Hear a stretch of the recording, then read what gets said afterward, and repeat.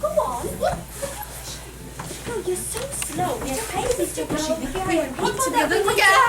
Oh, my. Look at you lot. Ladies and gentlemen. And you, sir.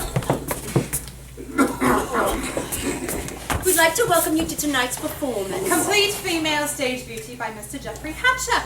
If you could kindly desist in the use of messengers or errand boys of any kind, we would be most grateful. There will be a short interlude between acts. Time to sing and be seen, eh? And time to tell your layabout friends what a lovely time you're having. The washrooms are located outside the theatre to the left, should you need them, sir. Perhaps you... And the exits are there and there. Buckle up. Well, what's that mean? I don't know. Well, then why'd you say it? Oh, naughty.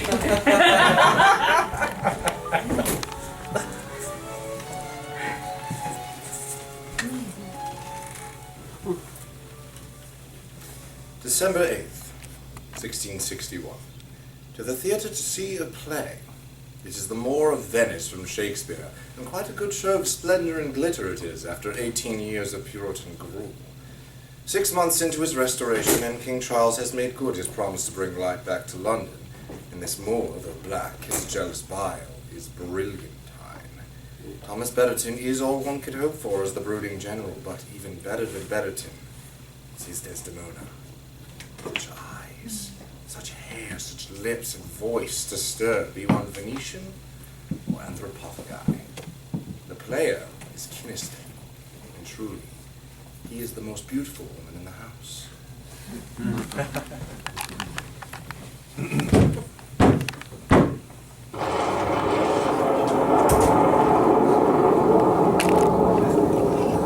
Who's there? Othello? Aye, Desdemona. Will you come to bed, my lord? Have you prayed tonight, Desdemona? Aye, my lord. If you bethink yourself of any crime unreconciled as yet to heaven and grace, solicit for it straight. Alas, my lord, what may you mean by that? Well, do it and be brief. I will walk by. I will not kill thy unprepared spirit. No, heaven forfend, I would not kill thy soul. Talk you of killing? Aye, I do. Then heaven have mercy on me. Think on thy sins. For they are loves I bear to you. Aye, and for that thou diest. For that death's unnatural that kills for loving. Peace and be still. I will so. What's the matter? That handkerchief which I so loved and gave thee, thou gavest to Cassio. No! By my life and soul, send for the man and ask him! His mouth is stopped! Honest Iago had taken order for it. Oh, my fear interprets. What, he is dead? Out, strumpet! Weepest thou for him to my face? Oh, banish me, my lord, but kill me not! Down, strumpet! Kill me tomorrow, let me live tonight! Being done, there is no pause. But half an hour! It is too late! Oh, I say one prayer!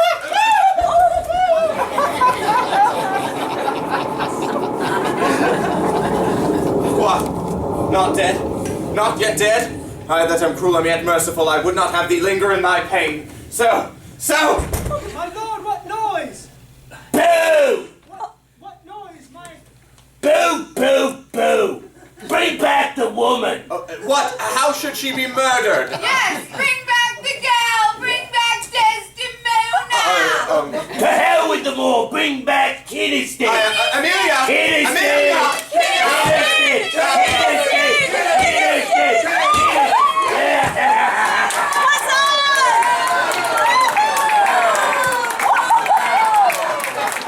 Please, we still have one more scene.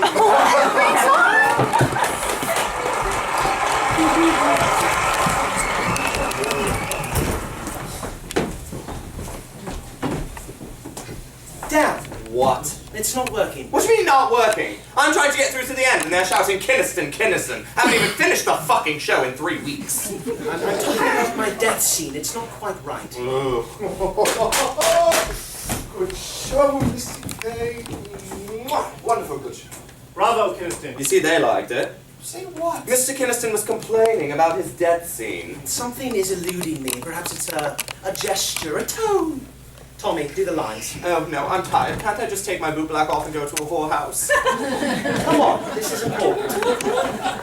Alas! My lord, he is betrayed and I am done! Out, strumpet. Weepest thou for him to my face? Banish me, my lord, but kill me not! Nay, if you strive. Kill me tomorrow, let me live tonight! Being done, there is no But pause. half an hour! It is too But late. while I say one prayer! smother, smother, smother.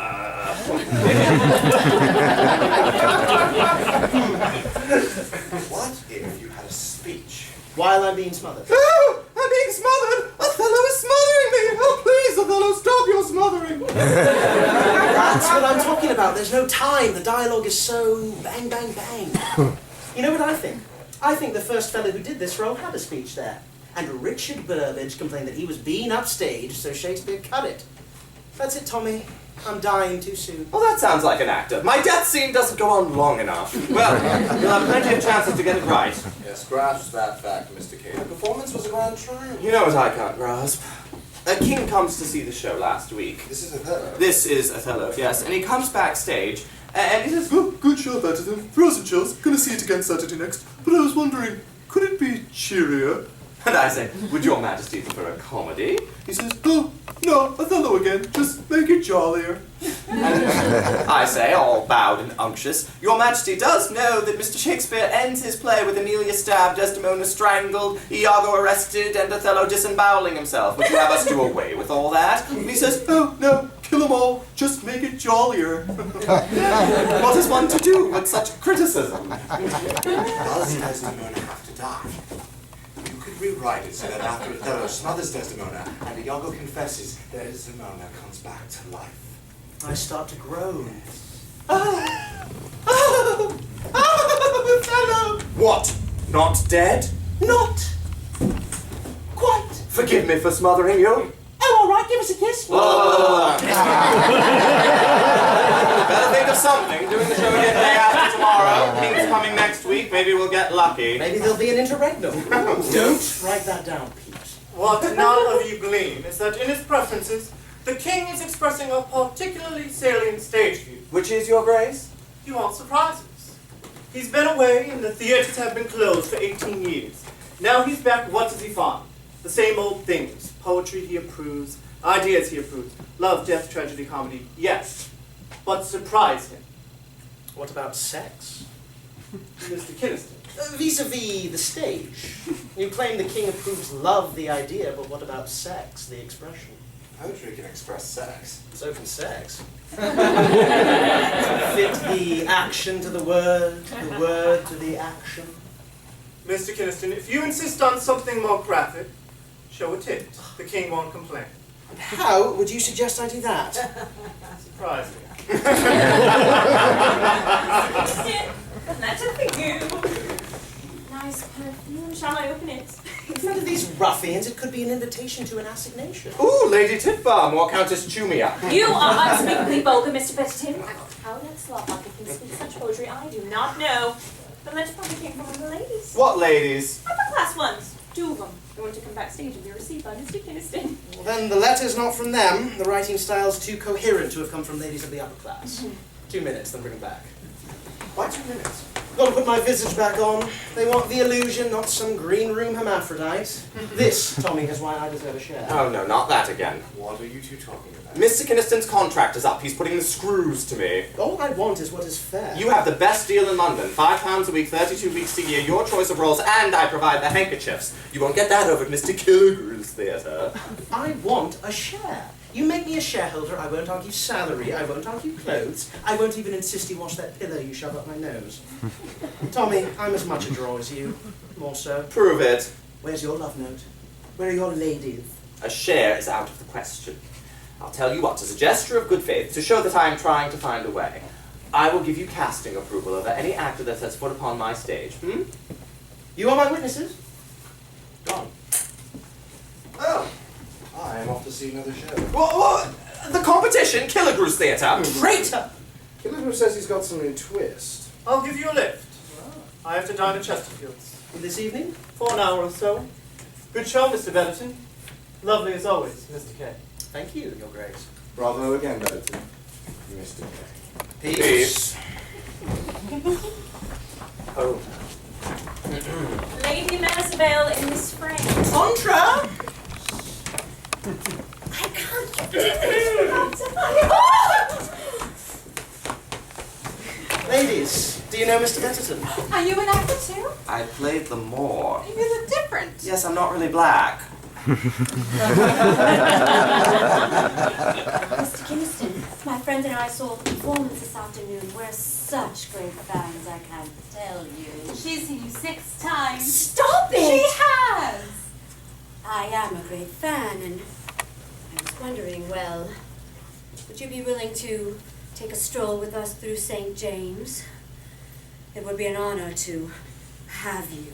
Please! Please! Well, if you give me half an hour to remove my face and clothes. Oh, no, don't! Mr. Kinniston, we'd like you to keep your appearance as is. Well then, to the carriage. He said yes! Should have left the boot black on.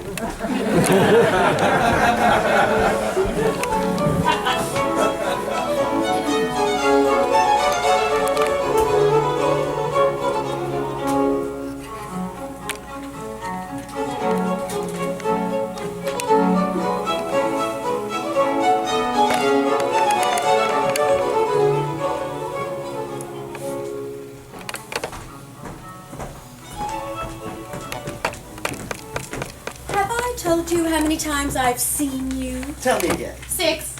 Well, 7 today. And all of them Desdemona. Oh, no, there's Juliet and Ophelia. Oh, and the one without hands. And Lady Macbeth. Don't say it.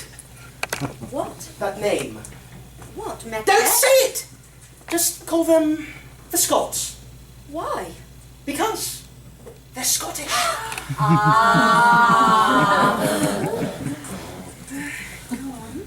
What? No. Do it. What? What are you two hissing about? Well, You see, Lady Elizabeth, I was we wondering both were. Yes, both of us were rather wondering if you were really, well, a gentleman.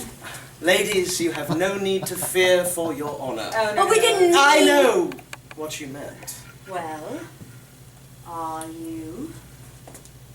My father's a wig maker, and he says you're fake. He says you must be a woman. Lady Maresvale, what does your father say? My father's in the colonies. But my mother's good friend, the Earl of Lauderdale, says if you're a gentleman, you can't have a gentleman's thing. He says you're like the Italian singers, the what's it? Castrati. The Earl says they cut off your castrati and then you become a woman. I take it the Earl of Lauderdale is not a surgeon. No, he's an earl. Well, show both your father the wigger and your mother's special friend that I am indeed a man. They said you'd say that. They said we need to get proof Proof for what? for our wager. We made a bet. I'm not lifting my Oh, skirts. come on. Come on, please. They've only your word to go on. Say that I let you see it. Oh, And there it was.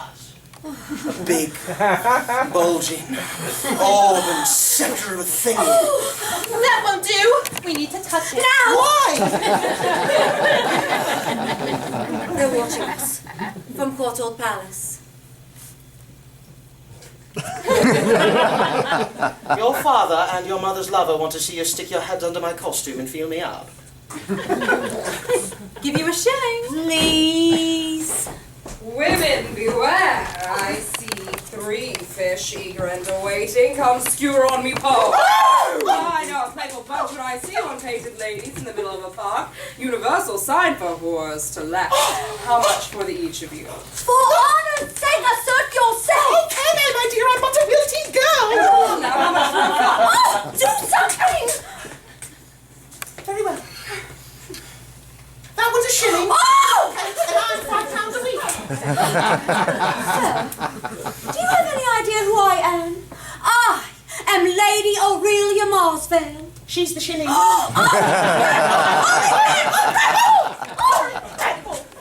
on, I've got a shilling. Widow! Not one haggling yet. I warn you, sir. I doubt you'll find in me what you're looking for. I'll be the one to decide that. Come on, open it up. Found a guardian at the gate, did you? £5 indeed.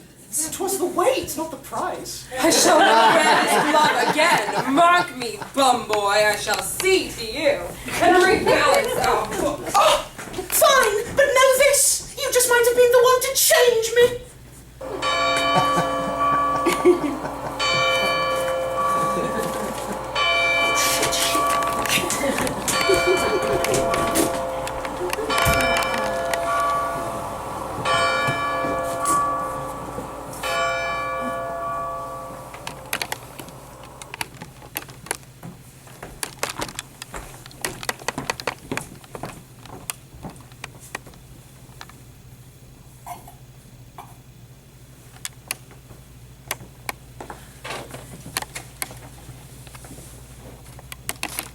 Talk you of killing?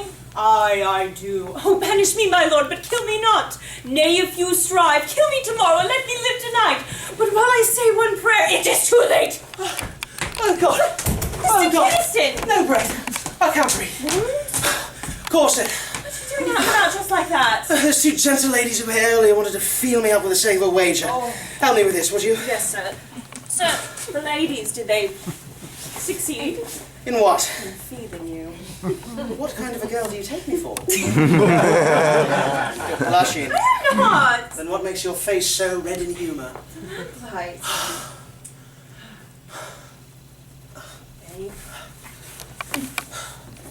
Shall I wash your pillowcase tonight? No, let me die under it one more performance. You'd best head home and get some sleep. I'd sleep here if I could. I'd sleep here tonight. Mariah, I'll not be charged with taking unfair advantage of womanly virtue. I'll lock up when I'm done. Leave the lamp and go. Go, go, go! Watch the wick, sir. Mind you don't burn yourself.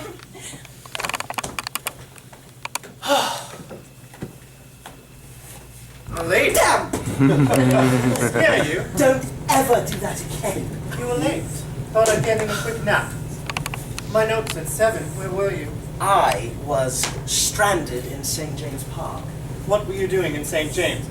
Two gentle ladies offered me a shilling to touch my cock in front of their fathers.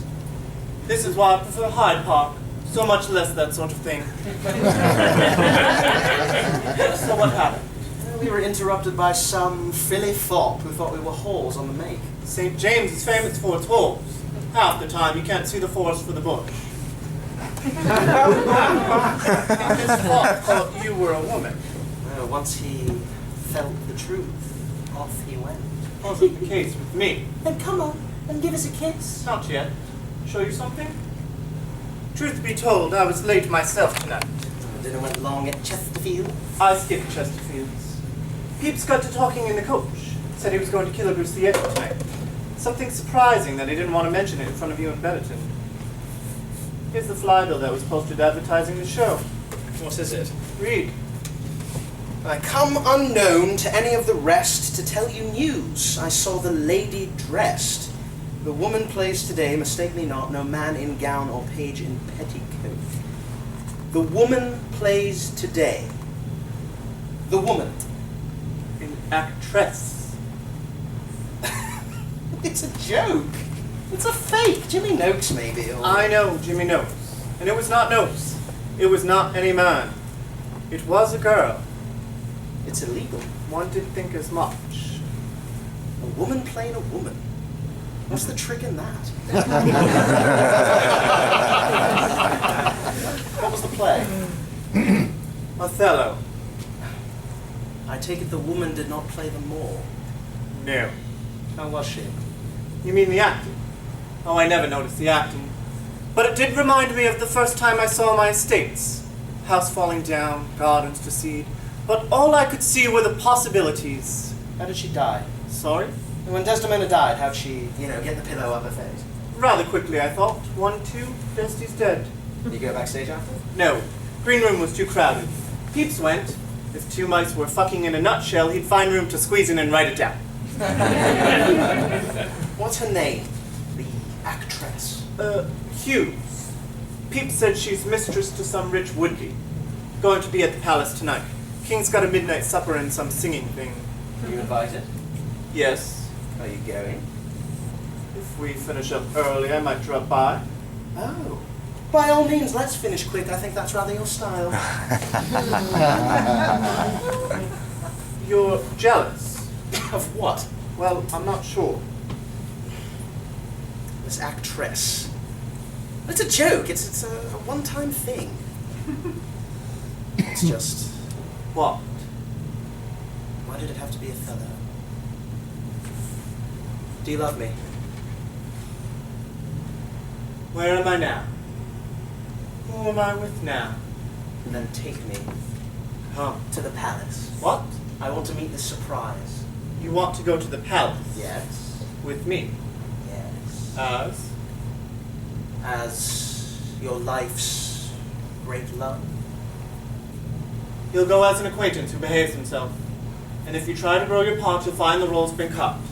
To the palace, then. No. First fuck, then see the free. In Ned, put this on. Would you ask your lady whores to wear a wig to bed? If it made them more a woman. Come on. I want to see a golden flow as I die in you.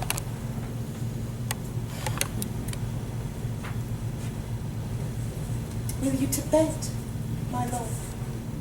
Ah, Desdemona.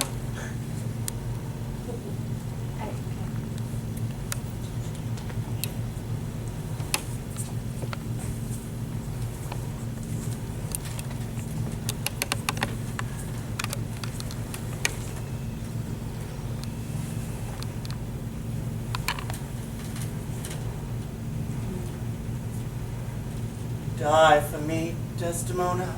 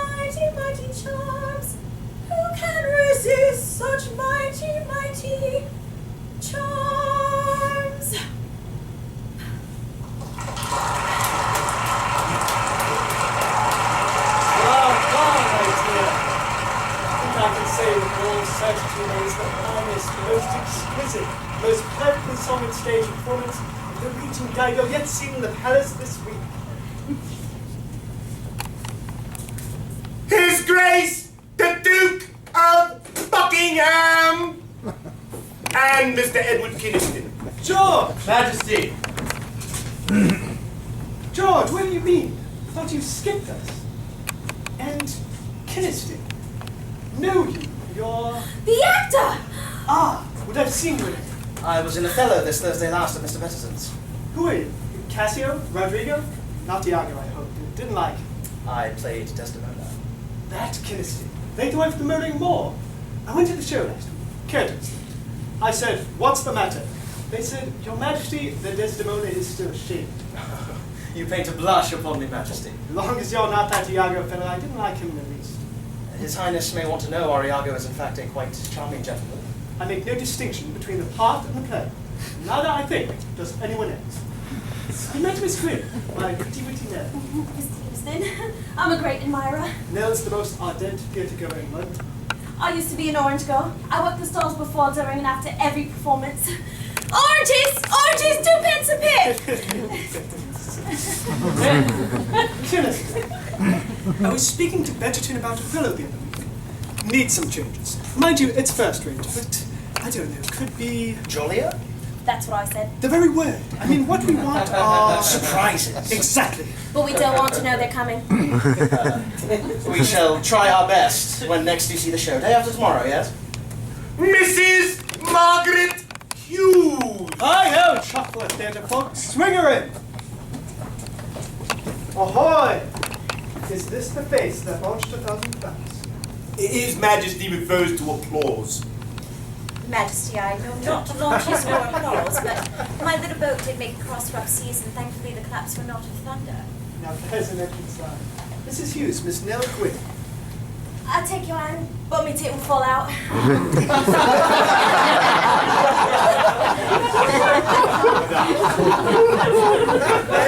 Mr. Kinnison, the stage. Mr. Kingston. Mrs. Hughes. Well, how was it, the performance? I wanted to go, but we're doing this Dido thing. All that for one off. Work, work, work, and it's over in a pop. Like Charlie. Miss Gwyn, may I remind you are speaking of the father of his people? Well, at least a lot of them. Was yours too a one-off? It certainly was novel. Whether Mr. Killigrew will repeat it, I cannot say. Well, I suppose it's a question of what the market will bear. And what the crown will allow.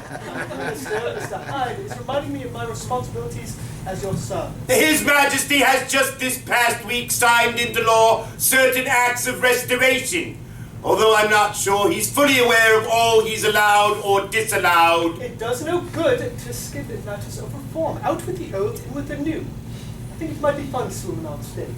They've had them in France a long time now. Yes, whenever we're about to do something truly horrible, we always preface it by saying, the French have been doing it for years. I heard there was quite a crowd in your changing rooms tonight, Mrs. Hughes. His Grace the Duke said it was quite a mob scene. You see, Majesty, mobs. Women on the stage beget disquiet. Anybody important come? I met a Mr. Pepys. Oh. You know him. Got the pen marks on my house to prove it. If I may be so bold, Your Grace, seeing as you saw the performance, did you like it? I never tire of Othello. Well, truth be told, he never tires of Desdemona. Sticking his head in. The last time we did it, he came round the back way. Actually, Mrs. Hughes, I thought you showed a very pleasing Desdemona. But perhaps without quite the depth to which it Well, it was our first try. I hope we shall have more chances. Ah, well, that's the tricky thing about novelty. Do it more than once and it isn't novel anymore. That may be true, but in the theatre I'm told there are no old shows, Mr. Kynaston, just new audiences. Charlie, let's see ya. When can we go? Hyde. His Majesty is booked 3 weeks hence. Sorry, now. Well, if I may suggest, Your Majesty, seeing as you viewed Mr. Kynaston's Desdemona already, why not see Mrs. Hughes instead? I'm sure Mr. Kynaston would agree it's the collegial thing to do. George, I'd make you a duke if you were not a duke already. Make notes, Hyde. Saturday, Othello, the other one. Now, forgive me. I must pray our Midas from her prison there. Good to meet you, Mrs. Hughes. Split in orange after? Well, madam, if you will excuse me, I think I see an acquaintance. I'll leave you to Mr. Kynaston to find more depth.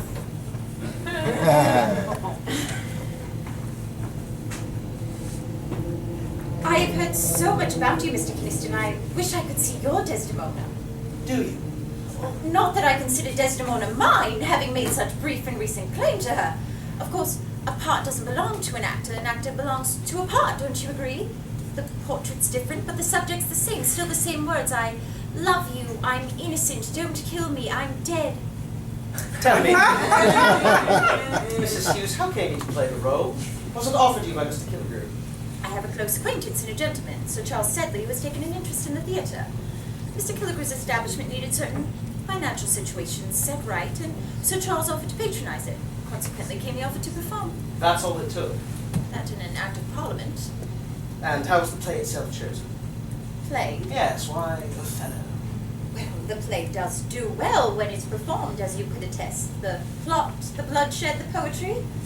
Hamlet has a plot. Pardon? Plenty of poetry and symbolism. I- And surely the Scottish play has bloodshed. Oh, I'm far too young to play lady. There was never a question, Mr. Kynaston. Desdemona is the part.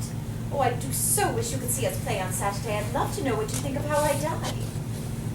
Madam, I am always interested in how my rivals die. Still talking shop. Mrs. Hughes, forgive me. Did you know we had a friend in common? And who is that, your grace? Surely you can't mean Mr. Kingston. Your protector. We went to school together. Hi-ho! Sir Charles Stanley, my good friend. May I present Mr. Edward Kynaston, an acquaintance? Kynaston! Oh, I have a feeling I've had the honor already. Yeah. Oh, you've already had the honor of feeling it. I'm obviously behind in my drinking. Kynaston. Otherwise engaged, I fear. Mr. Kynaston was himself being smothered by a man, if I gleaned your meaning. Oh, yes, you're Becton's Desdemona. You and Peg play the same part. But without the same parts. Wait, Must I? certainly she's seen yours. Have you, Mrs. Hughes? You didn't tell me that. Copies you like a monk in cloister. Got so bad I had to tell her to start acting more manly. Fact is, she saw you do the role so often, she said to me, that is the role in which I must debut. My question is answered. Well, would that I could see you play me, but as we're opposites, I shan't have a chance. You won't go? Not even for the fun of it? The theatre people don't go to plays for fun. We go to find out what went wrong. Besides, I'd love to watch a colleague play the same character whilst one is running. Who knows what good things one might wish to borrow, what others one might not. I'm heading home, Mr. Kynaston. Shall I drop you? Yes, to bed, to bed. Tomorrow we audition new roles, then 2 shows of The Silent Lady. In it, I play a girl in a man's clothes. Might be your sort of thing, Mrs. Hughes. I'll look over the footlights, see if you're out there, jotting notes. Sir Charles? Mr. Kynaston? I shall never wear this glove again.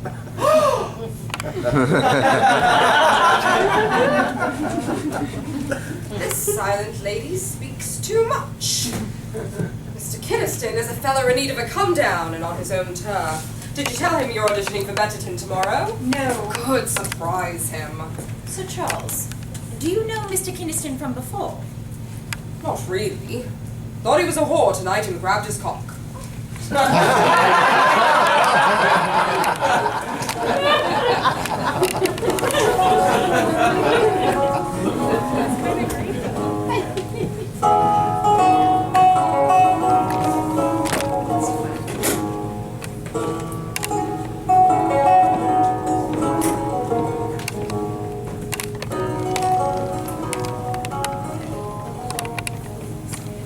This is the stage.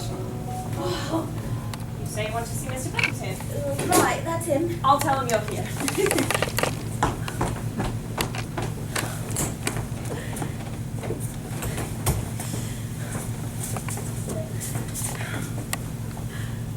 Oh my god! I didn't think anybody was watching. Don't you remember me, Mrs. Hughes? It's me now. Miss Quinn. Surprise? I am, yes. Surprised myself. I didn't think I'd get up the nerve to audition. But don't tell Charlie. Found I was here, he'd bust the boil. Secret, eh? What are you auditioning with? What do you mean? I mean, what piece? For example, I have prepared a speech from a play. Clever idea. Is it yours? No, it's Shakespeare's, actually.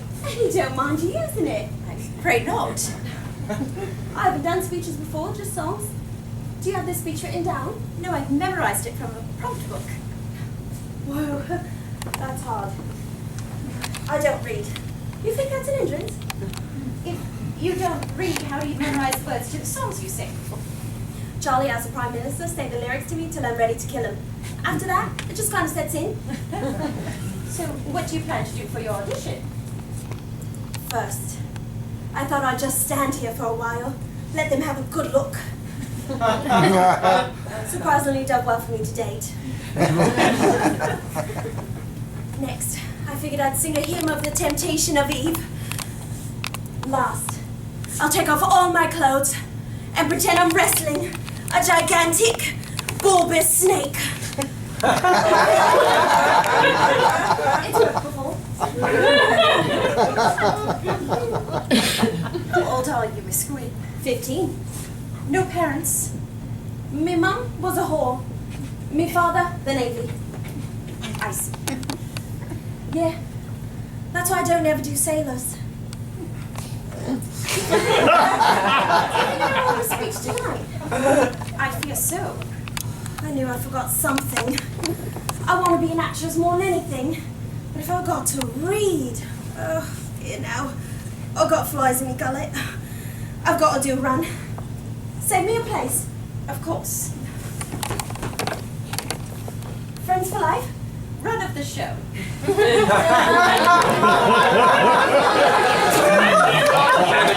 This fucking Compleat is halfway up my fundament. Oh, hello, who are you? Mr. Bennett and I am Margaret Hughes. I'm here to audition. As what? As an actress. My dear, we do not audition actresses. Now scurry off before. Wait a minute. Margaret Hughes? The same Margaret Hughes who appeared at Kiniston's last evening. Killigrew's.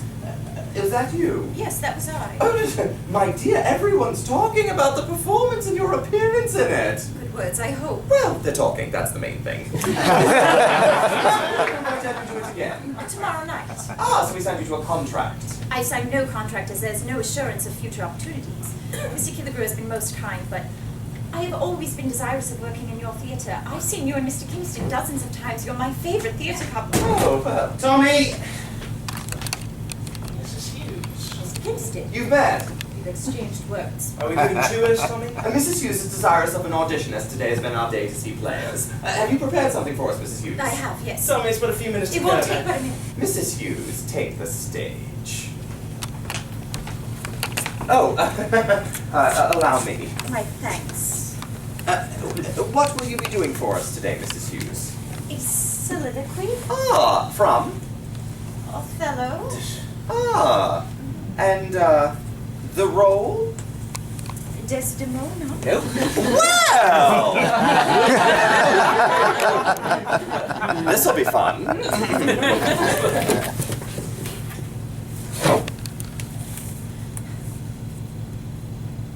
What shall I do to win my lord again?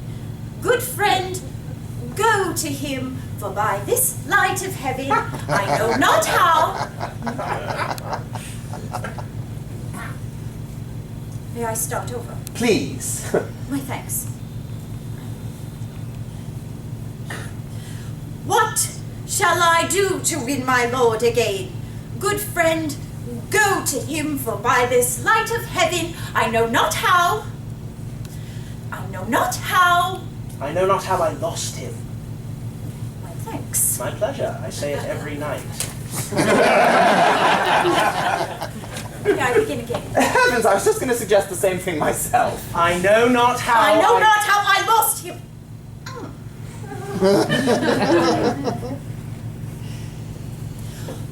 What shall I do to win my lord again? Good friend, go to him, for by this light of heaven I know not how I lost him. Here I kneel, if ever my will did trespass against his love, either in discourse of thought or actual deed, or that mine eyes, mine ears, or any sense delighted them in any other form, or that I do not yet, or ever did, or ever will, though he do shake me off to beggarly divorcement. Love him dearly, comfort forswear me, unkindness may do much, and his unkindness may defeat my life, but never taint my love.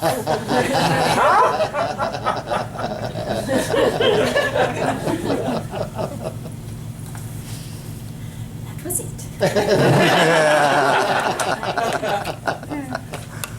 Yes, of course it was. Oh, I'm sorry, I was just so caught up in the gestures and such. Well, I have never heard the role performed quite that way before. Do you think there might be something for me? I don't know, really. It depends. On? On hundreds, if not thousands, of actors ahead of you dying of the plague. That's being funny.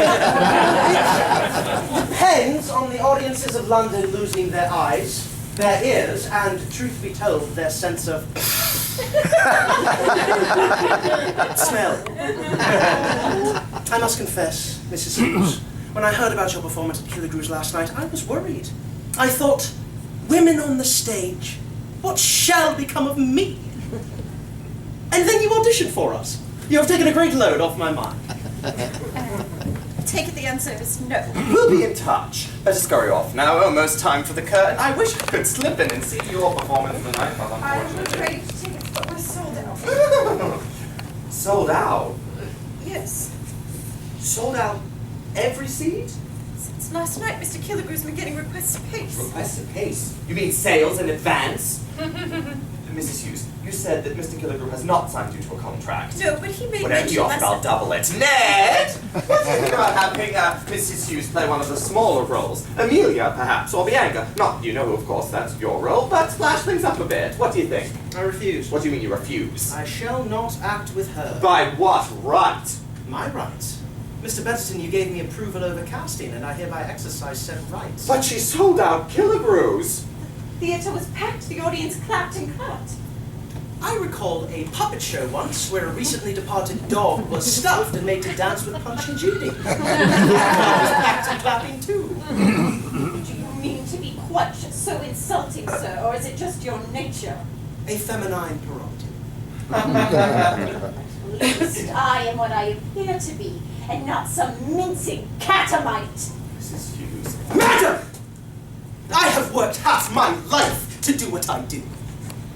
14 boys in a cellar crammed in with a former boy player who pawed at us day and night. A fat old fellow who'd taken urchins like me and teach us the tricks and turns.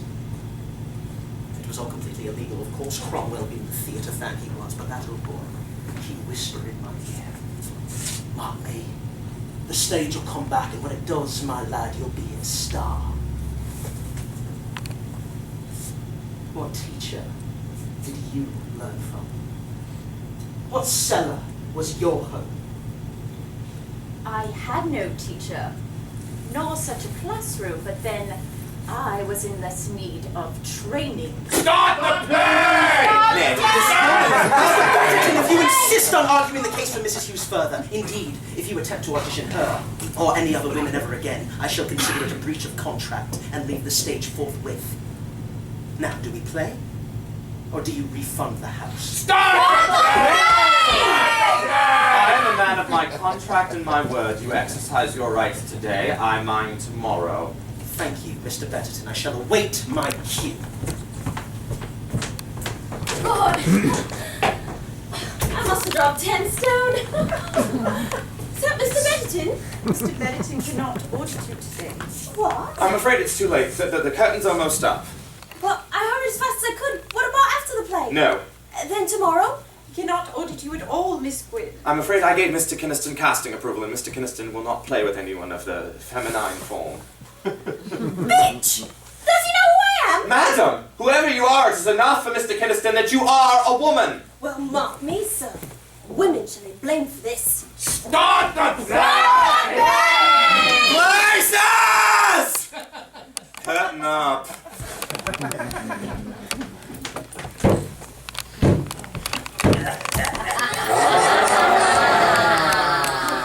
Come I to London at 17, but wait. Don't speak till you have seen the locks that fall from neath my hat. I am a girl. Come boy! And that is that. Dressed as a man to seek my fortune, a babe on a doorstep, a bastard orphan. Bum boy! Horse liquor! Here to seek my wealth and fame, and needs be I must change Show my... us your teeth! Let us see the shit on your teeth! My name! Let's see the black way you chew the Duke's rag off! You think Sir Wit is in the house tonight? Hi! What they do with your small prick? They whacked it off to do the trick! Lubricated for you well and drilled. Hey, naughty, naughty, what's not north and south, a face in his arse and an arse in his mouth. And then they call him hermaphrodite. His prick's always buried when it's open all night. Hold the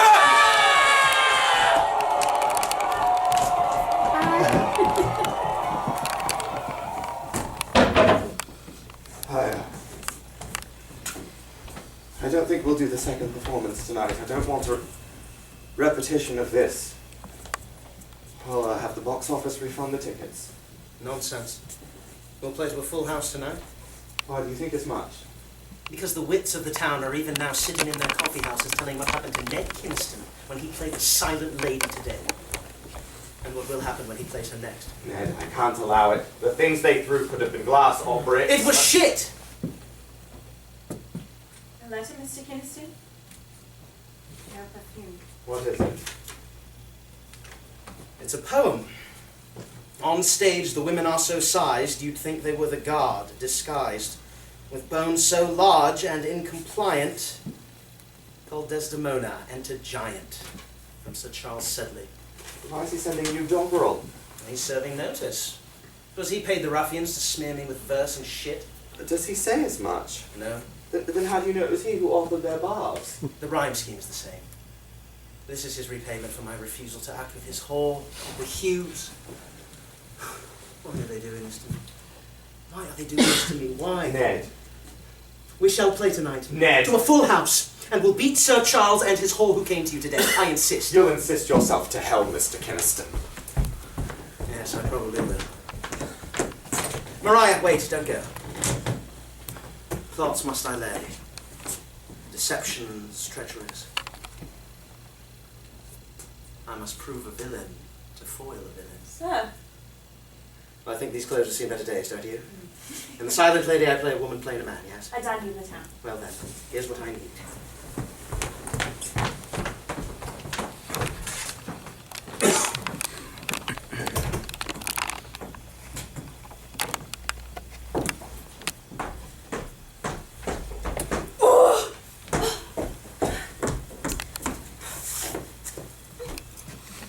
Nellie, is that you?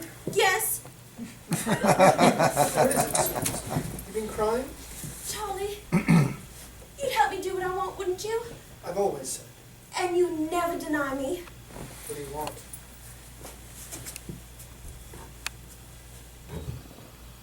No, I can't. Charlie. It's out of the question. I'll never ask another favor. No.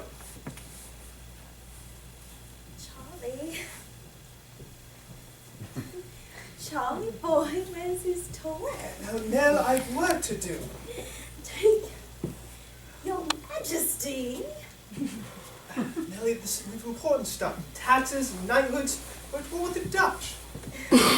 Your Majesty. Let me see the crown. Oh. Oh, Nellie.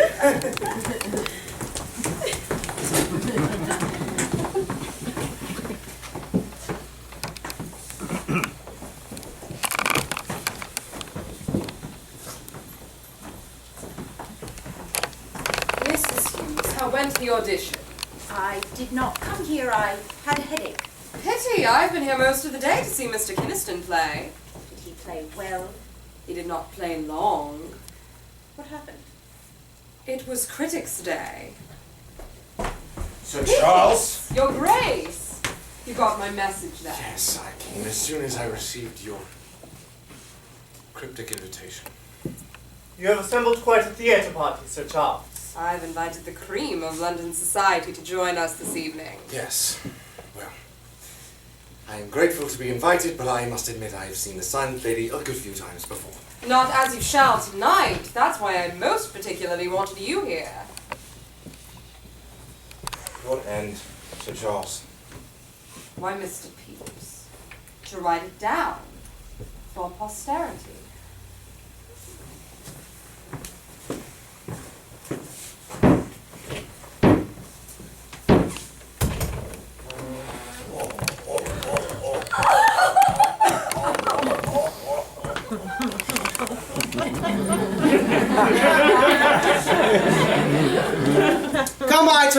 London at 17. But wait, don't speak till you have seen the locks that fall from neath my hat. I am a fop, and that is that. Dressed as a man, I seek a verse to sing the praise of one who's worse than any dandy, fool or fraud. Dressed as a clown, and shoddily shod. No barbs hurled here can e'er compare to this night's barbarous verse, I dare. So here proclaim a scathing medley of this poor dolt, so dull and deadly a man, whose lisp pronounced him Fedley. That oafish prick, our own Charles Sedley.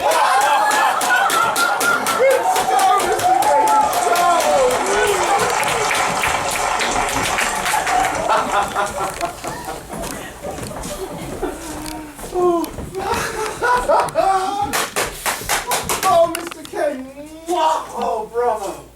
There was the house full to the brim with the best of London society above, and there below some 3 or 4 ruffian sorts with somewhat smelly bags between them. And then the curtain rose, and you appeared. I've never heard such an intake of breath. The candle fire was almost sucked into our breasts. And then you spoke, and the laughter rose, and I saw the glance at Sedley's face, but there was no mirth in it. Even his ruffian boys laughed and mocked at him. That was the finest night that I had ever had at the theatre. How'd you like the play? Fuck the play. What's Mariah's doing? Mariah has the eye and the hand. You inspired me, sir. And you me. What say I take you to dinner, eh? Dinner? Yes. What do you say, Your Grace? Shall we both escort our genius girl to dine? I fear I cannot, Mr. Kinston. Ah. Well, it's just you and me then. Ah, Lady Maresville. Miss Frey.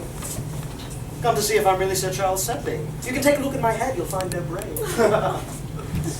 Mr. Kinston, we wish to apologize for our rudeness yesterday afternoon. We wish to make things up with you. May we take you to supper at Chesterfield's? Well, why not? Dressed as I am, I may commit any crime and lay the fault at the door of the dullard dandy. Good night again, Mr. Kane. What bravo.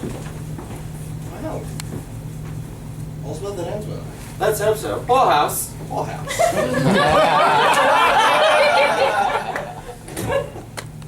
You cried. No. It's the Lamparts. Will you be back again to see the show tomorrow? No. I've had my fill of Desdemona.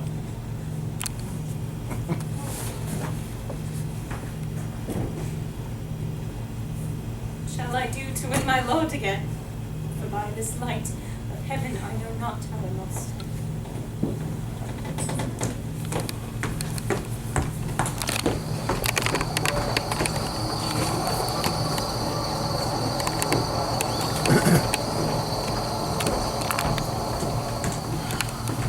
Let's stop here.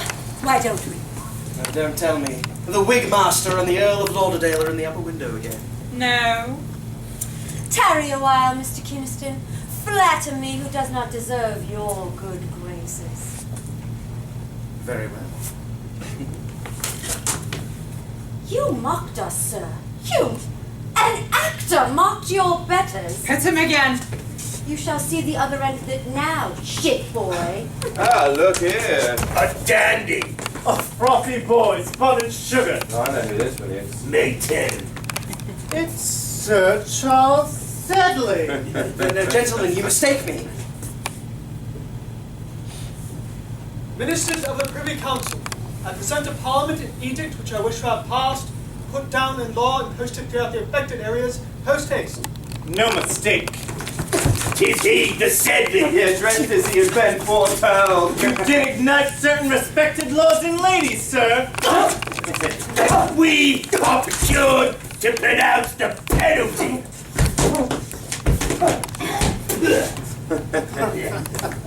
Bum boy.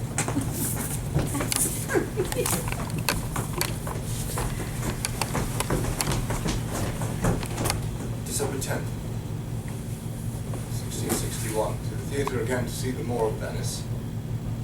To find the theatre closed and the play postponed.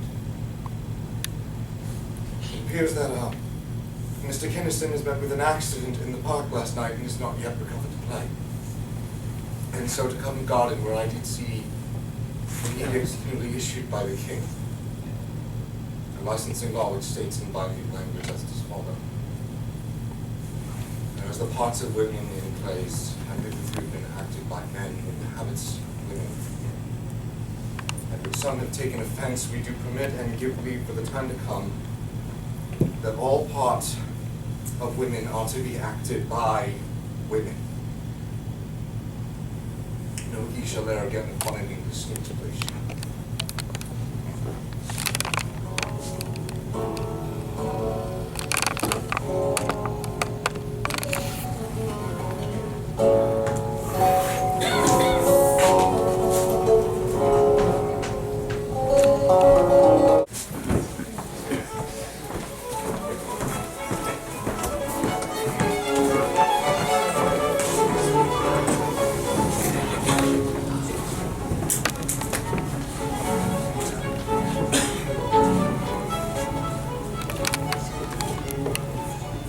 Theatre to see a play. King's edict passed, Mr. Betterton has been forced to find his ladies elsewhere. Talk you of killing! I do. Oh, banish me, my lord, but kill me not. Nay, if you strive. Kill me tomorrow, let me live tonight. Being done, there is no And pause. while I say one prayer... It is too late! Thunder, thunder, thunder! Let's do it again. Talk you of killing! I do. Upon inquiry, I've learned that Mr. Cranston has not played these 6 weeks past, his injuries not having healed.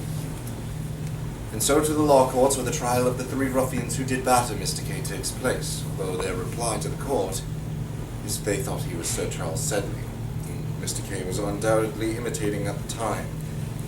As he does not show up in court, the ruffians go free. And so with the triumphant Sedley to the Royal Gallery, where his mistress, Mrs. Hughes, sits for the portraitist Lely. So Charles is hoped of commissioning a painting in hopes of making quite a stir. But the sitting is not going well.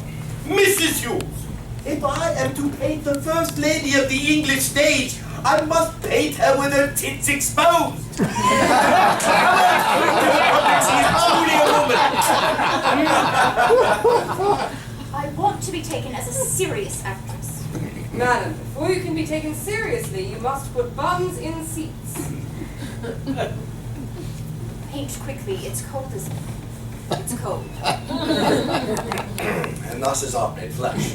Afterwards to Covent Garden to see if the Duke of Buckingham will join me at the theatre.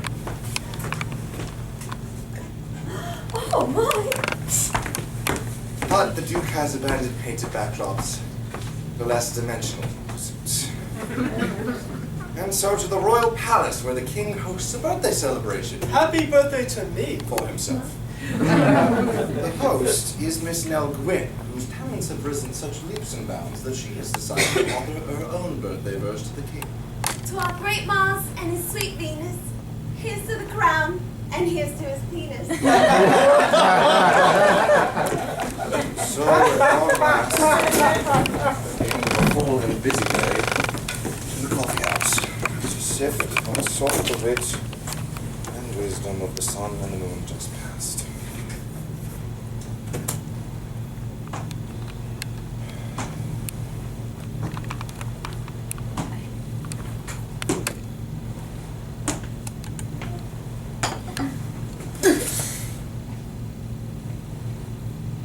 Mr. K.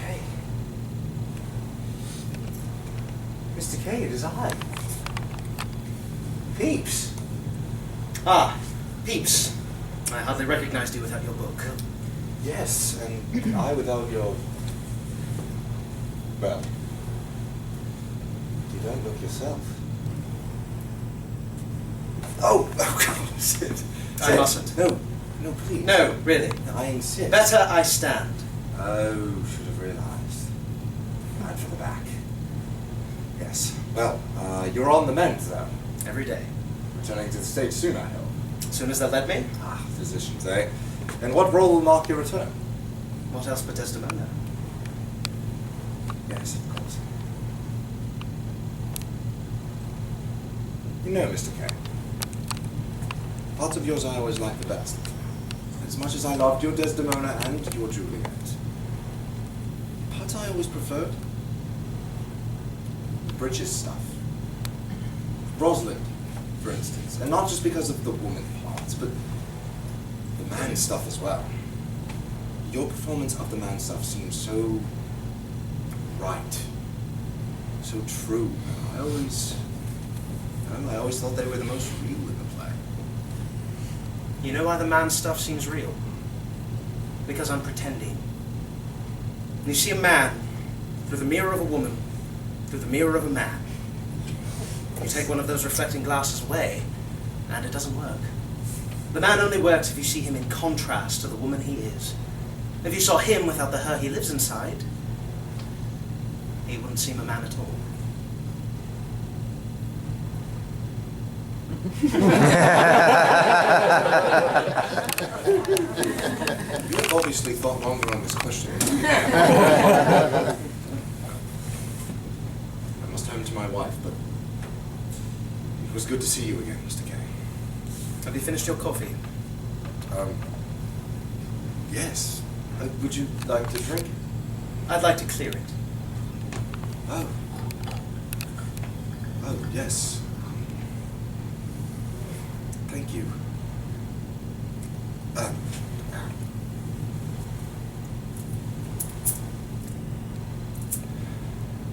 May I? Thank you, sir. Pleasant evening, sir. Come again.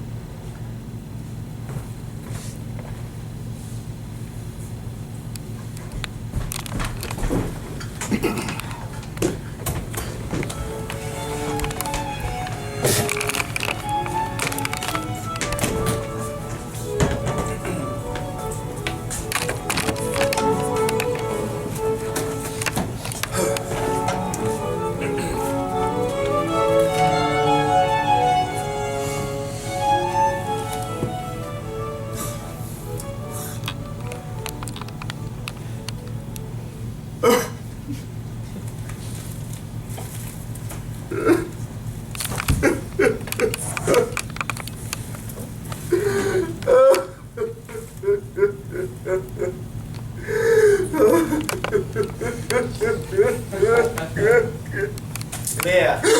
Ooh. How'd you guess? Cordelia, you're practicing your carry. Light? Wider than you. But the distribution of weight somehow throws it off a bit. Not working performance? I don't use it as performance. It's a dummy for rehearsal. In performance, I use a real woman. And that is? Mariah. Any good? Surprisingly effective in her lack of affectation. Only problem is the last scene. I'm standing over her moaning, never, never, never, and she's trying to stitch up my hem. Once he sees What do you want to see me about? Pick me up, see how light I am. Carry me to the chamber, fling me on the bed.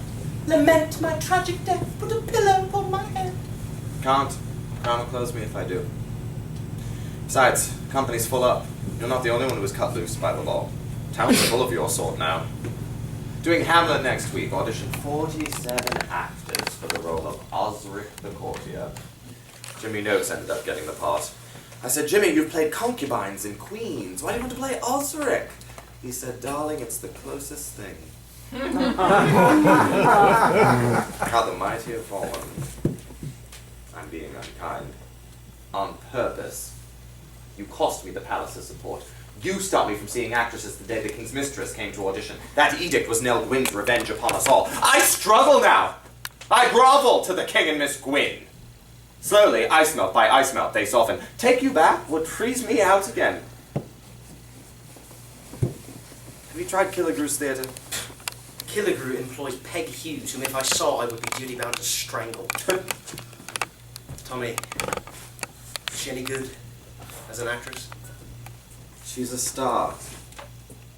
She did what she did first, and you did what you did last.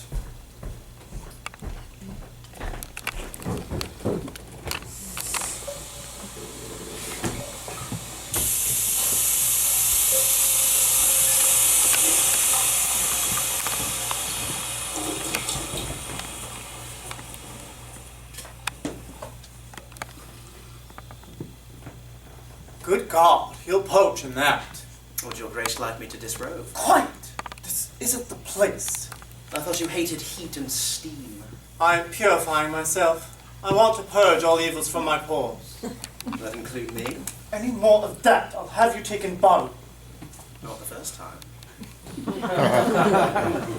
Why didn't you come to my rooms when you heard I'd been attacked? Oh, I knew you wouldn't want me to see what they'd done to you. Why didn't you write? Yeah, I've never been a word type. Letters are dangerous. They live on long after their passions have died. They're dangerous only if they're secret. I'd call us a secret, wouldn't you? There were beginning to be whispers, gossip.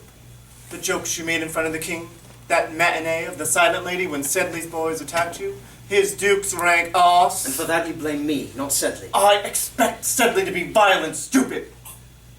But Sedley's not going anywhere. He's more a fixture now than ever. He's decided to write plays. You're joking. For his woman.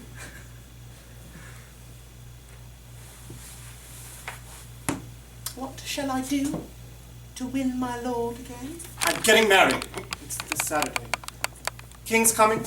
Dryden's composed a sonnet for Peg Hughes to speak. My fiancée is a charming thing, really. Pretty, rich, surprisingly literate. And a woman. What's she like in bed? What's she like to kiss? Does she wear a golden flow as you die in her, or don't you know? I don't want you! Not as you are now. What do you mean? When I did spend time with you, I saw you as a woman. When we were in bed together, it was always your bed on stage. I always thought, here I am in a play. Inside Desdemona, Cleopatra, poor Ophelia. You're none of them now. And I can't divorce the thought of them from what I felt for you. I don't know who you are now. I doubt you do. I know I'm not twisting my life to fit the way things have become. Neither am I. My current position on the subject is the logical conclusion of the events as they have occurred. Change your life, Nettie. Change what you do. What we do is what we are. Take that away, and what are we?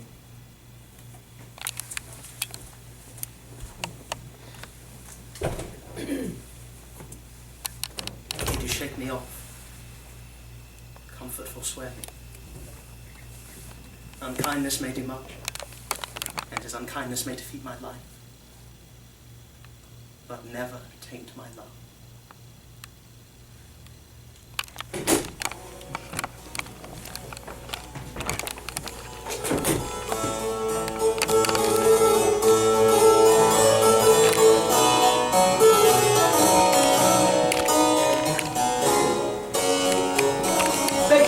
Madam, I'm looking for Miss Nell Gwynn.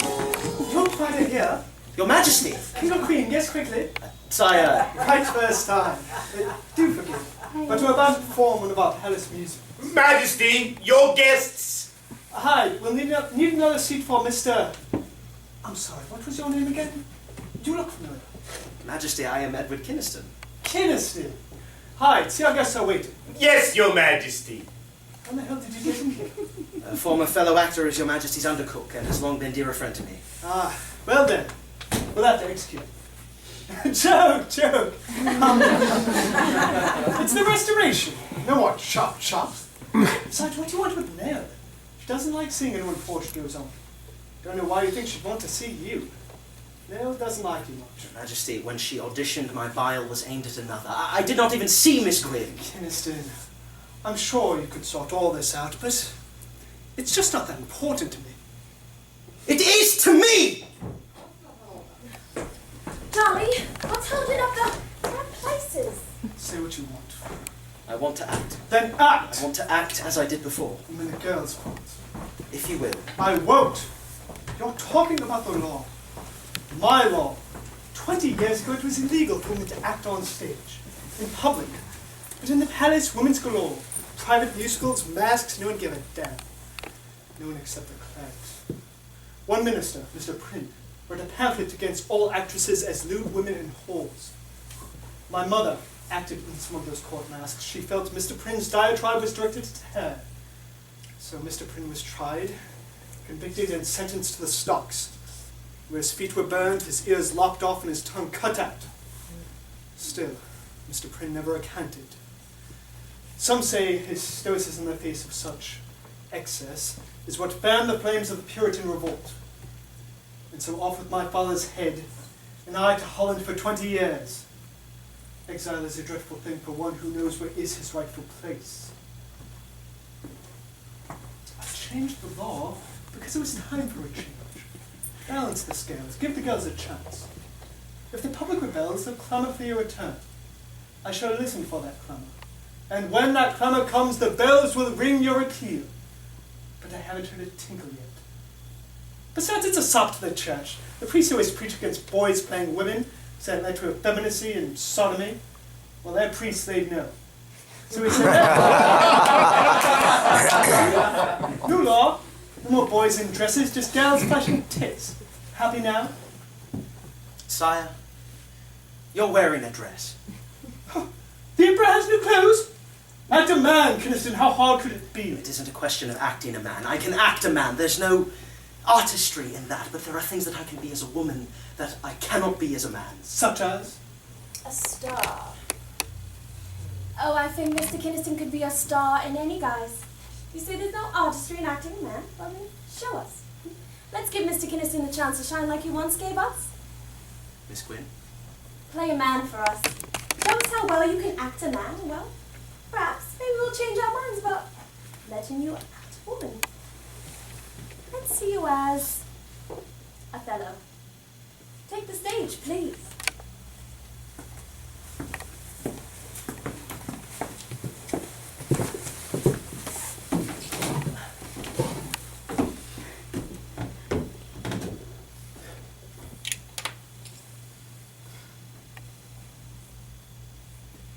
It is the cause.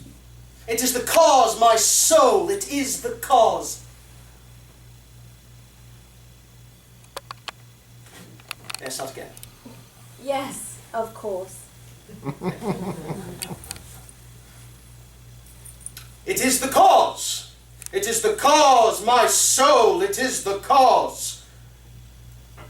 Yet I'll not shed her blood, nor scar that whiter skin of hers than snow, and smooth as monumental alabaster. Yet she must die. Yet she must die.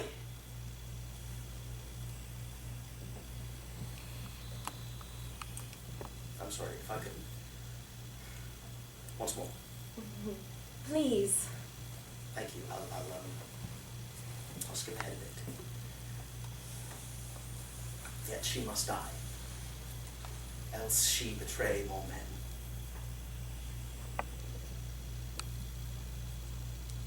Oh, only breath. Let us almost persuade justice to break her sword. Once more.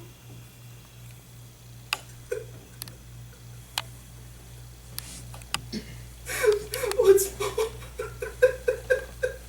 Sorry. I'm sorry. If I could just give it one more go. I think we've seen enough. Very delicate performance. Well now, show to do. Cranston? My astronomers tell me that a star's light shines on long after it has died, even though it doesn't know it. I believe you know your way out. Go as you can.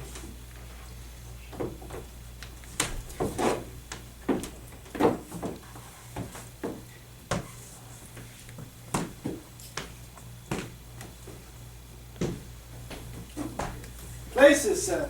Places, madam. Haggis, I'm not staying for the performance. it is a royal command. Stay without me. But they desire the feminine. Sir Charles, you bring with you enough femininity to choke a drain. Oh,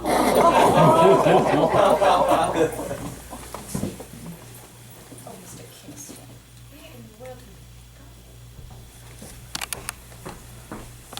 you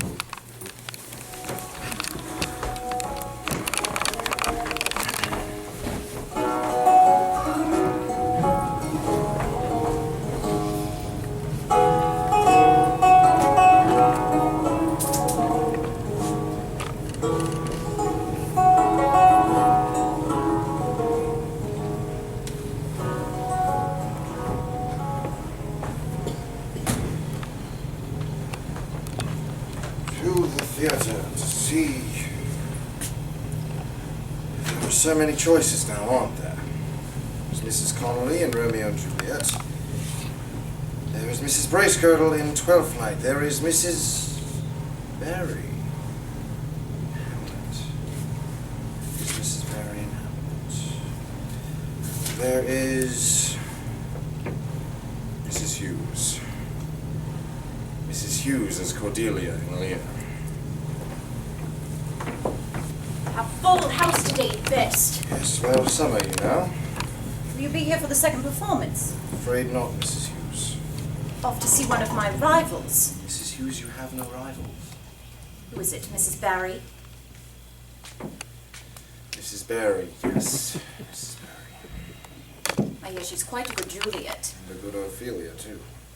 Not to say that yours wasn't a splendid effort, no matter what the audiences say. Or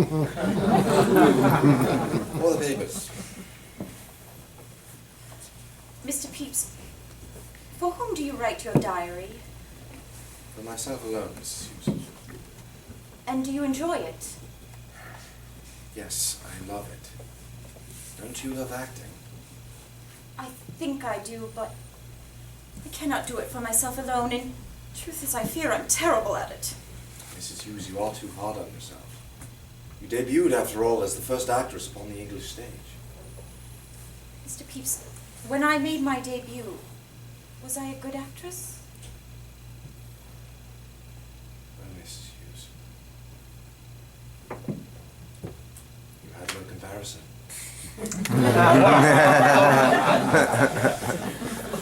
Mr. Pepys, do you know the whereabouts of Mr. Kingston? No, Mrs. Hughes. No one does. Places!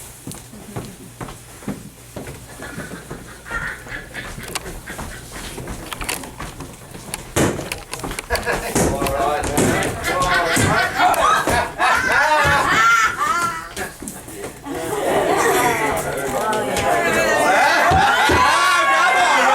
Silence now! But we need ears to hear and eyes to see. Throats to laugh and hands to clap in the cockpit and heaven now presents for the fourth time this night. That very special dark lady of the sonnets. That's all right. That cocksure madam and ballsy ball. That complete female stage beauty. Miss Kissy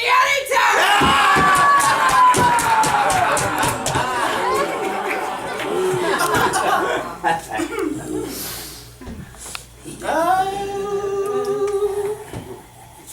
come all you laddies and listen to me, and I'll tell you a tale that will fill you with glee. A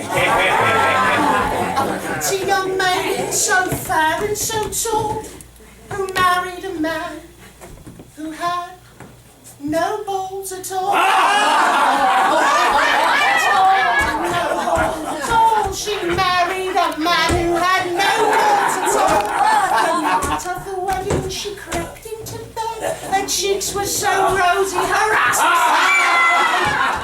so. She reached for his penis was small. She reached for his balls, but no balls at all. No balls at all! No balls at all! She married a man who had no balls at all! Oh, mother, what shall I do? I've married a man who's unable to scream.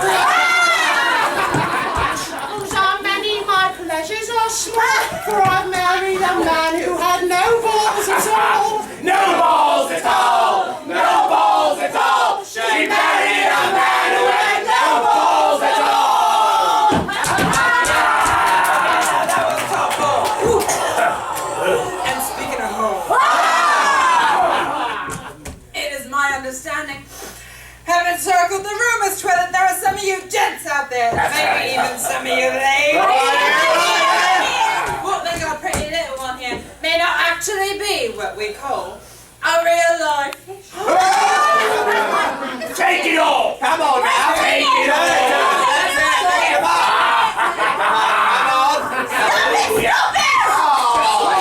Trout! I want the lady. After we're finished. Yeah! Pay for him. £5. Oh, come on. Right then. Get the fuck off my stage. Oh, yeah!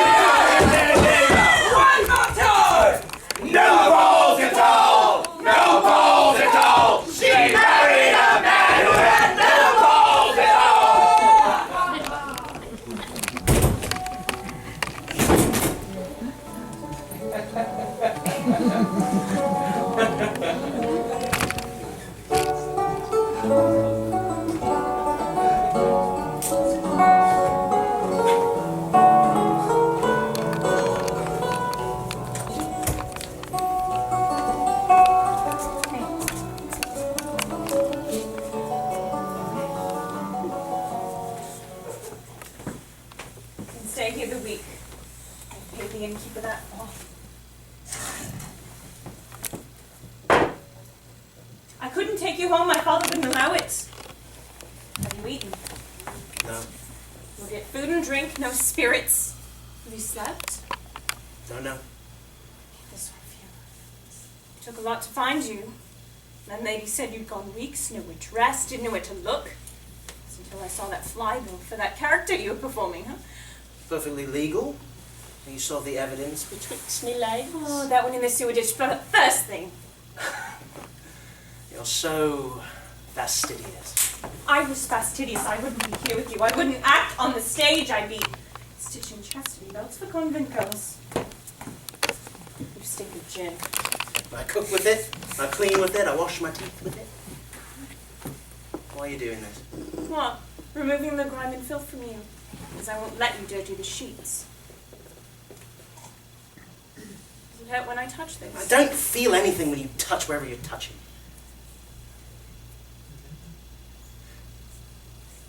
So you live with your father, eh? Must be a strict sort. I mean, if he won't let you bring home gin-soaked bum boys who wear false twats, he mustn't be very open-minded. My father was an actor before Cromwell. He's retired from the stage, binds books now. He would welcome you, gin and all, but he'd give you the stable, and I think you need a nice dry room for a couple nights. Your father sounds like heaven. Maybe I should marry him. Well, I said I'd never wed an actor, but a bookbinder I could handle. What's his name? George. I've had a George. No fun. They married duchesses at the earliest convenience. Betterton told me you were a good actress.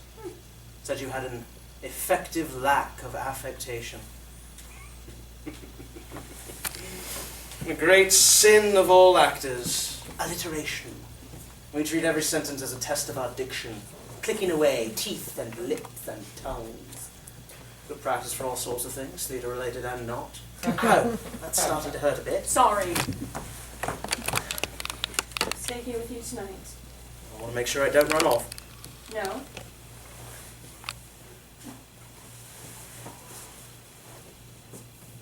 I have never slept with a woman, except myself.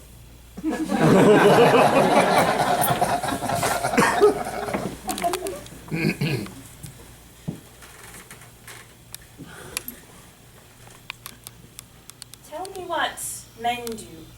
With women? With men? We. Well, it depends. Sometimes with men and women there's a man and there's a woman. Well, sometimes, on occasion, it's the same with men and men.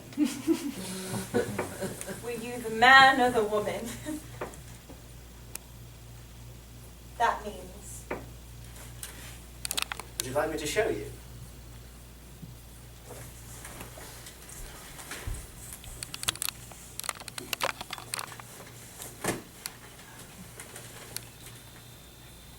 Right, in the saddle.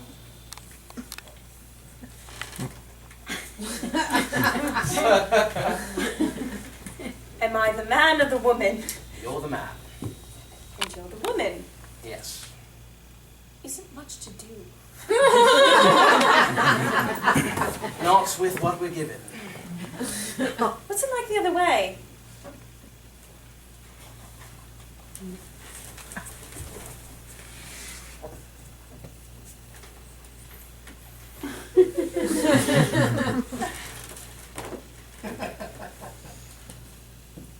And who am I now? You're the woman. And you're... The man. Also, I assume I've never been up here before. Quite the view. But I'm the man-woman. Yes, you're the man-woman. Or the woman-woman, it works both ways.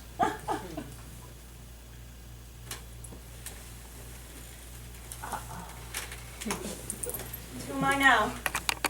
The woman? Still? Yes.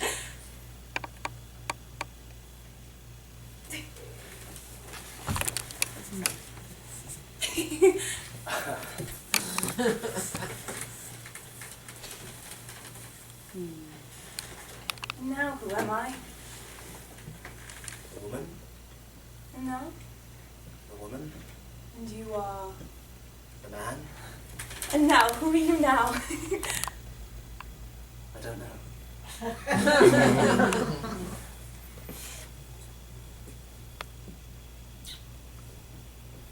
Can you feel that?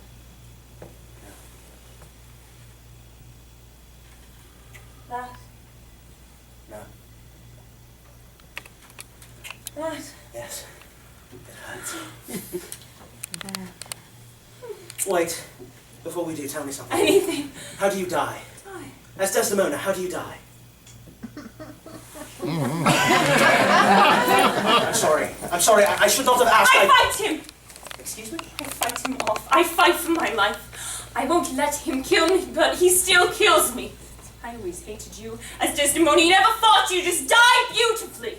No woman would die like that, no matter how much she loved him. A woman would fight, she would fight, and she would leave her love if that were it. Only a man would act in any other way. You can stay here the week. I pay.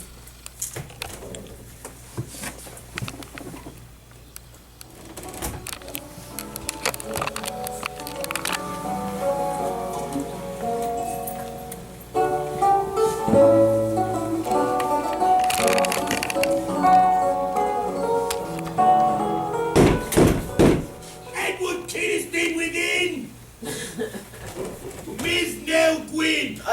I don't have any clothes.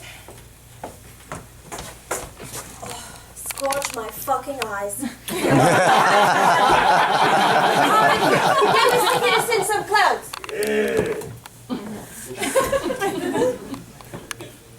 Innkeep says you've been here best a week. Where'd you get the money for that one, I wonder? Especially since you look such a rat tail. What do you want? To apologise for what I did to you at the house the other day. I had no right to vent out my anger at you like that. You blocked my way, Ned. You stopped me from seeing Mr. Benetton. My refusal was not aimed at you, but at the Hughes. Oh, was that supposed to make me feel better? Oh, I wasn't out to ruin your life, just some other woman. Peg's my friend. No professional jealousy? We play different kinds of parts. She's the tragic type. I do comedies. And she's no rival for the king's affections. Not she. Charlie's got a new tart. French.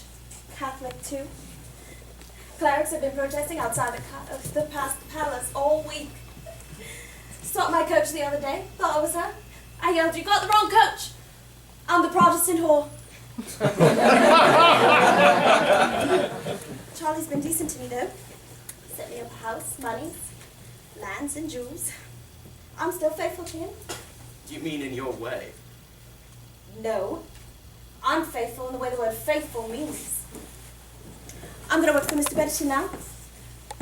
Had offers from others, but he's had a bit of rum luck, so thought I could give him a boost. Why rum luck? He lost his Desdemona. Mariah wants it. Up and quit the other day. What happened? She said she'd never say the role again after a discussion she had with you about her death scene. Problem is, Benetton scheduled Othello for tonight. Charlie's coming, everybody's in tow. The Crown's trying to see if they should patronize Benetton's theatre again. So there's a lot riding. Then this Mariah nobody pops off. Then Mr. B's without his Mrs. O. What about you? Please, nobody wants to see a funny Desdemona. He got paid the Hughes. I thought she worked for Killigrew. He fired her. Why? She's no good. I say this as a friend.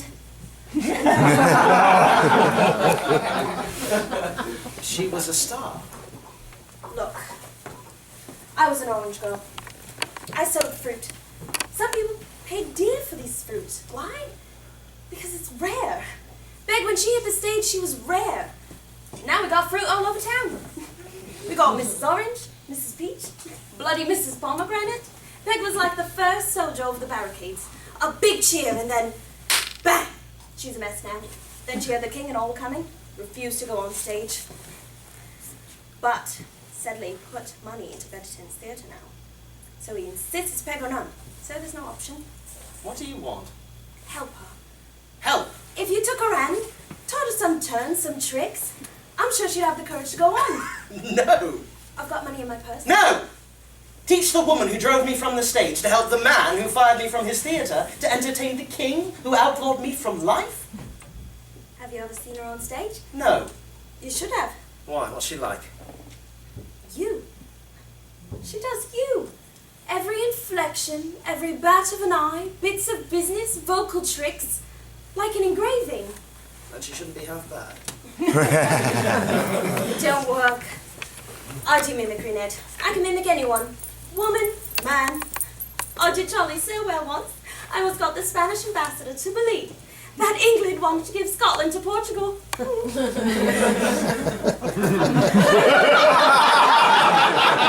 can mimic the Queen herself.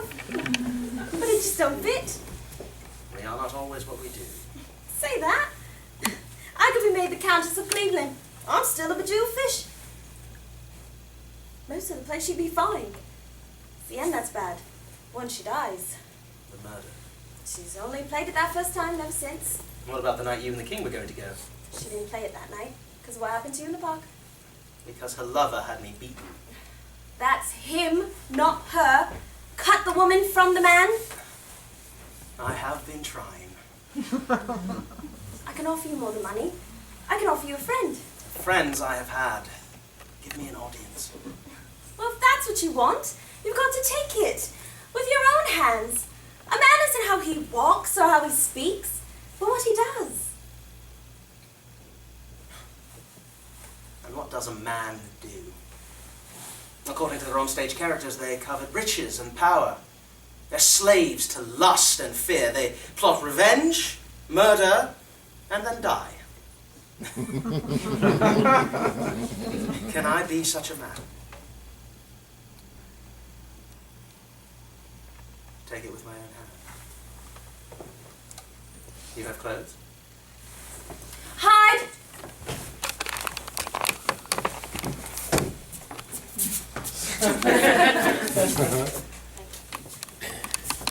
There you are. Come on. Let's see what makes you swagger so.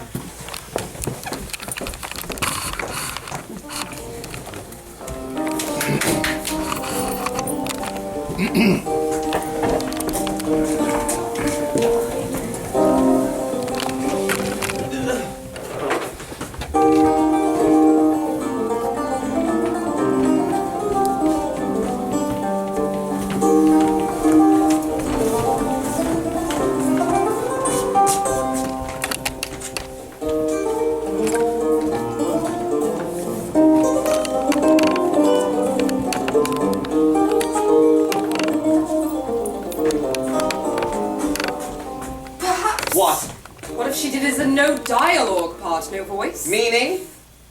More poignant for her silenced flute. This evening, Desdemona's mute. Oh Lord, and I'm producing your first play. What are we going to do? Cancel the performance? Cancel the performance because one of the actors isn't any good. Start doing that, there won't be a show left on the planet. Gentlemen, out the door. Take a tutor. Ned! Tommy? Sedley? Some rules of engagement, Kynaston. First rule, you're out, off the stage. Betterton! That's to work in private, Sir Charles. We've less than half an hour. We shall exunt, Kynaston, but mark our history and my property. You are assisting my Desdemona, as all the city know. Don't try anything fun. Give her a funny voice or a funny walk, a squint, I'll notice, and I won't like it. Ned, I can't thank you enough. Then don't. I've tried everything with her, every trick. The girl is a washout. If you can just make her passable, what do you need? Wine, some cheese? A share. I would say what, but you will say. A share. How big? 5, partner. Thief! Shall I bring her in? Would you be a dear? I'd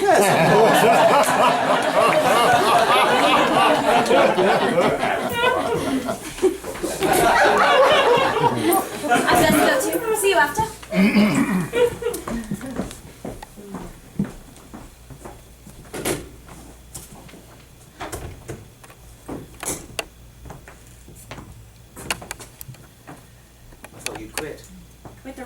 Desdemona.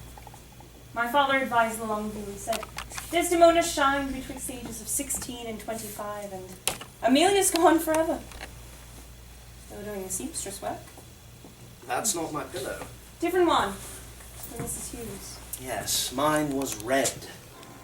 And you sewed pearls in it, as I recall. Although from the seats you couldn't see them. Pearls were for you. I'm sorry about the night in the inn. I had been trying to act a man, but I hadn't found the role. We are never suited for the roles we most desire. Why'd you come back to do this? The stage beckoned, and I picked up my cue. Work to be done. I am told men live for their work. And I have lived for this chance. To do what?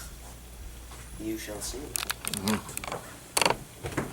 Mr. Kynaston, Mrs. Hughes, welcome to my bedroom. I am given to understand you... Let's get to work, shall we? You wearing that tonight? Yes. Lose it. Sir Charles designed this costume especially. Look, shit, strip down to your shoe. Strip? Here now, if you think you can teach me how to be a woman... I'm not teaching you how to be a woman, I'm teaching you how to be Desdemona. I don't want to be Desdemona. I don't want to act ever again. I'm done with this... No, you claimed the role. Now hold on to it until they pry your fingers from its neck. More than the role, you hold this theatre in your hand. So stand still, dry your eyes, and strip.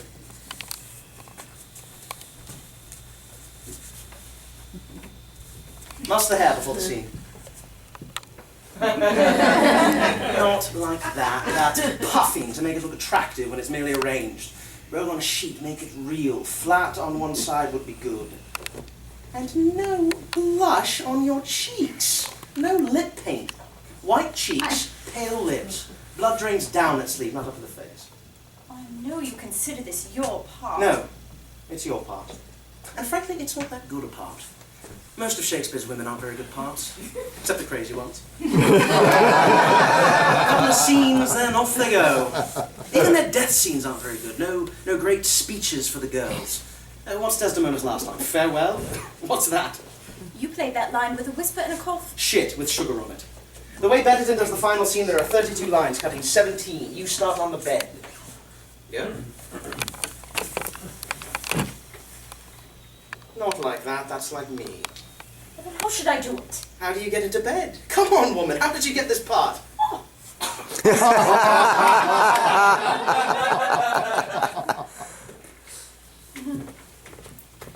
It's Cyprus in summer. Is that how you sleep? How should I know how I sleep? I'm sleeping when I sleep. What do your lovers tell you? Good. Curled up in ball, spread over both sides of the bed. Sounds right to me. Right, first line. Who's there, Othello? And why she say that? Who's there, Othello? She thinks it's not really him? No, she knows it's him, she's just not awake yet.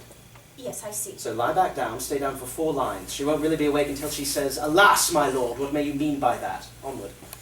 Will you come to bed, my lord? Have you prayed tonight, Desdemona? I, my lord. If you bethink yourself of any crime unreconciled as yet to heaven and grace, solicit for it straight. Alas, my lord, what may you mean by that? Do it and be brief. I will walk by. I would not kill thy unprepared spirit. No, heaven forfend, I would not kill thy soul. There'll be thunder there. You are kidding. Why are you smiling? You always... I think he's joking. The fellow's funny. Plays jokes on you a lot, does he? Well, no. Then don't act with what isn't there. The man has been a festering boil for 3 fucking hours, hasn't he? Yes. And now he's come to your room, woke you up, and told you pray before you die. Yes. So what's the line? Talk you of killing. Keep going. Aye, I do. Then heaven have mercy on me. Good, keep that. Think on thy sins. They are loves I bear to you. Aye, and for that thou diest. That doth unnatural that... Kills for loving? Yes. Peace, and be still. And I mean that. I will so... What's the matter? Take a stumble after that death's unnatural, or take a step back on that death's unnatural, then a stumble after that kills for loving. I'm not sure I can remember the stumble. You will. Aye, and for that thou diest. Peace, and be still. That's unnatural that kills for loving. That handkerchief which I so loved and gave thee, thou gavest to Cassio. No, by my life and soul, send for the man and ask him. Send for the man and ask him. Send for the man. That's easy to say, isn't it? Send for the man. Cassio's name gives her the willies. But She doesn't say the name Cassio. Aha. I'm lost. You think Iago plucked Cassio's name out of nowhere? If Iago was going to poison the Moor's mind with a fictive lover for Desdemona, he had to pick someone who made sense. It couldn't be Jojo, the mute boy. Iago picked Cassio because in truth Desdemona does fancy him. Had she not loved the Moor, she might have loved good Cassio. So when Othello mentions his name, yes, she must say, call for Cassio, but the name does not come easy. But she doesn't say the name. Yes. Oh. That handkerchief which I so loved and gave thee, thou gavest to Cassio. No, by my life and soul, send for the man and ask him. Right, now this next exchange of 7 lines comes fast. Why? Because everyone always does them slow, very deliberate, very stately. Ooh, look at him advance on her. We want to get to the murder faster than they expect. But how can I say things like, while I say one prayer fast? You're not in charge of this part of the scene. The Moor is. The Moor says his lines fast. It's your job to slap your words in quick as you can, else the Moor will run you down and kill you 6 lines sooner. His mouth is stopped. Honest Iago hath ta'en order for it. Go. Oh, my fear interprets what he is dead. Had all his hairs been live, my great revenge had stomach for them all. Alas, he is betrayed and I undone. Out, Strumpet, weepst thou into my face? Banish me, my lord, but kill me not. Down, Strumpet! Kill me tomorrow, let me live Nay, tonight. if you strive, But half an hour. being done, there is no pause. Well, I say what It is prayer? too late! Ah! And there'll be thunder there as well. See what comes out of a rehearsal? I plan to scream anyway. Good for you.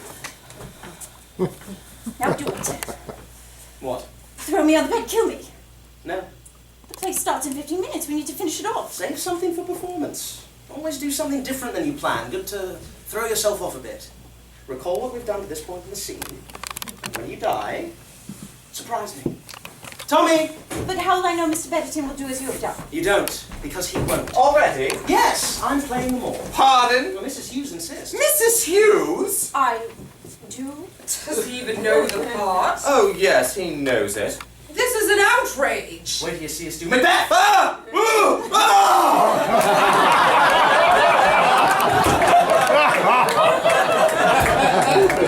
Right, now somebody get me boot black. Black? Othello's still a Moor, isn't he? I have boot black. With you? A scuff, sir, is a dreadful thing. Sadly, you are useful after all. Now fuck off. The stage, sir, is yours. Mr. Kiniston, my thanks. It's not a good part, Desdemona. Go for Lavinia. Or Cleopatra. Why them? Because when Lavinia loses her tongue and hands, she must still assert herself. And Cleopatra? She kills herself with the sting of an asp. A snake to her breast that men had kissed and a child would suckle. Those who do die do never recover. I blame you for my death. What's that from? Nothing. See you on stage.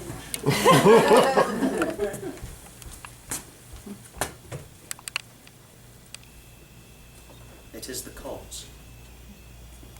It is the cause, my soul. Let me not name it to you, you chaste stars, it is the cause. Yet I'll not shed her blood, nor scar that whiter skin of hers than snow, and smooth as monumental alabaster.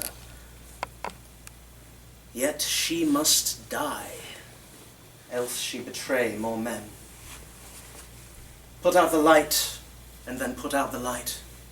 If I quench thee, thou flaming minister, I can again thy former light restore.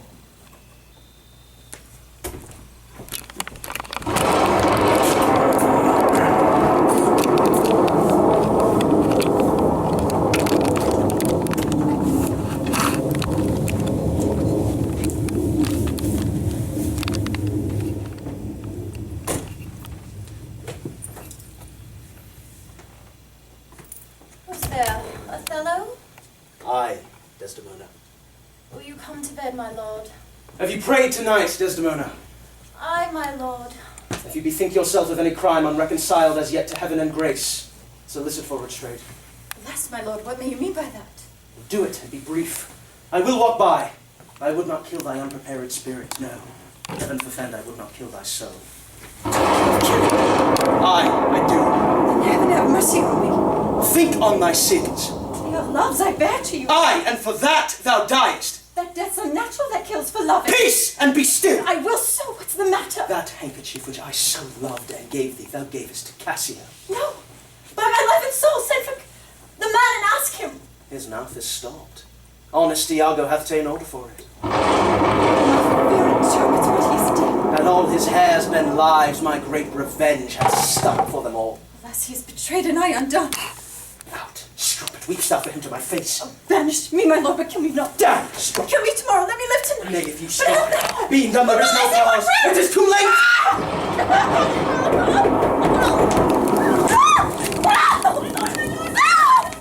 What noise is this? Not dead? Not quite yet dead? I that am cruel and yet merciful, I would not have thee linger in thy pain. So!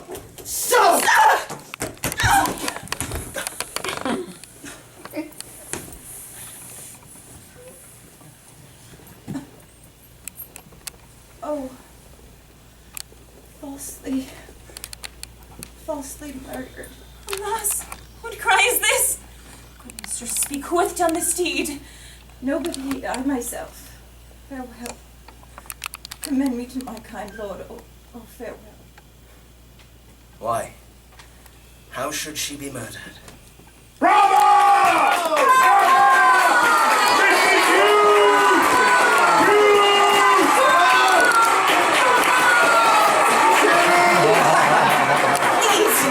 We still have one more scene.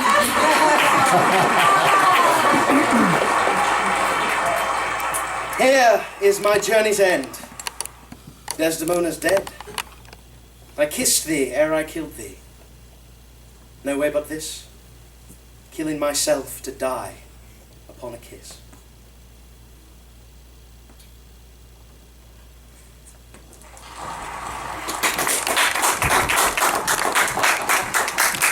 Huzzahs, Mrs. Hughes, amazing. Here, I knew you could do it. Fantastic, madam, from top to bottom. When Ned came at you like that, I almost got up there myself and kicked him in the nuts. Mrs. Hughes. Majesty. Bravo, madam. Good show. Thrills and chills all the way around. Thank you, Your Majesty. Very different vegetation. The new ending was very real. Almost too much so. But restorative, somehow. Oh, well, that's tragedy for you. Awe and terror, and yet we still go to dinner. Bravo. Well then, dinner indeed. Chesterfield's my treat. I'll take you up on that. Miss Quinn, lost in thought. I was just thinking what I'd give to see Ned as Rosalind again. But not now. Now Rosalind is my part. You know, doing as you like it next week. Produce a good J-Quiz. What do you think? Possibly. Well, you know best. Rehearsal in the morning. Chance to get it right again. You almost killed me. I did kill you. You just didn't die. I felt you pressing on me, and then I felt you pull away. What stopped you from finishing me off? I surprised myself. I finally got the death scene right.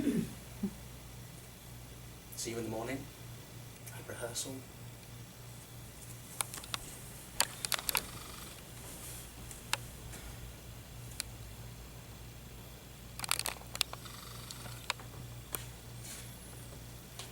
It is said that a fit play needs no epilogue.